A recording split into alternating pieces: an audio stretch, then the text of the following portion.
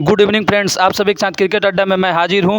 कई बड़ी क्रिकेट से जुड़ी कई बड़ी खबरों को लेकर आपको बताते चले कि एशिया कप जो टी20 फॉर्मेट में हुआ था, उसमें ना रोहित शर्मा और ना ही विराट कोहली सबसे ज़्यादा छक्के लगाने के मामले में टॉप पर हैं। ये बहुत चौंकाने वाली खबर है, इस पर चर्चा करेंगे कि कौन टॉप 5 खिलाड़ी है। आगे आपको बता दें कि अश्विन ने किस फॉर्मेट से फिर संन्यास ले लिए हैं, ये भी चर्चा करेंगे।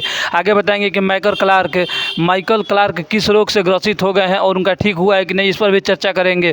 लेकिन इससे पहले आपसे रिक्वेस्ट है कि आप हमारे चैनल को सब्सक्राइब कीजिए, वीडियो को लाइक कीजिए, वीडियो को अपने दोस्तों के साथ शेयर भी कीजिए। चलिए बिना देरी के वीडियो को शुरू करते हैं। आप सभी को बताते चले कि एशिया कप अब तक 2 बार टी20 फॉर्मेट में हुआ है।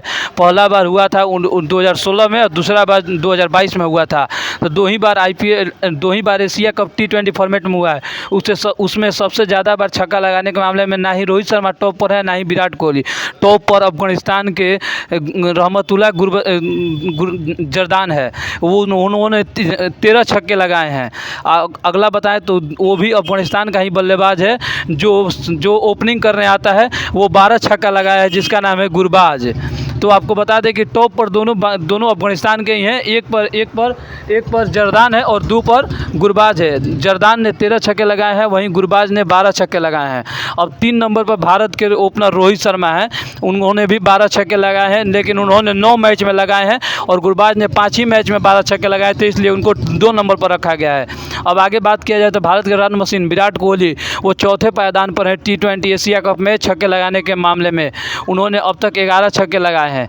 अब आपको बता दें कि पाँचवें स्थान पर उस बल्लेबाज का नाम है जिसको आपको हम नाम बता रहे हैं, आप चौंक जाइएगा। बाबर हयात पाँचवें पायदान पर हैं। ये हांगकांग के हैं। इन्होंने अब तक 10 छक्के लगाए हैं। और चौंकाने वाली ये खबर है कि एशिया कप में अब तक पहला बार शतक लगाने वाले टी20 में वो बाबर हयात ही हैं, जो हांगकांग के अब की बार उप कप्तान बनाए गए हैं। तो ये धाकड़ बल्लेबाज हैं। लेकिन विराट कोहली भी शतक एशिया कप टी20 में लगाए हैं, लेकिन पहला बार बाबर हयात ही लगाए थे। तो ये ऐसे बल्लेबाज है जिनको रनों की बहुत ज़्यादा भूख है, और ये ऐसे बल्लेबाज है कि कभी भी मैच को पलट सकते हैं। तो इन्हें हांगकांग का उप कप्तान भी इस बार बनाया गया है। तो ये देखने वाली दिलचस्प मुकाबला होगा कि हांगकांग विजेता होती है कि नहीं। अब आपको बता दें कि ऑस्ट्रेलिया के पूर्व वर्ल्ड कप विजेता कप्तान माइकल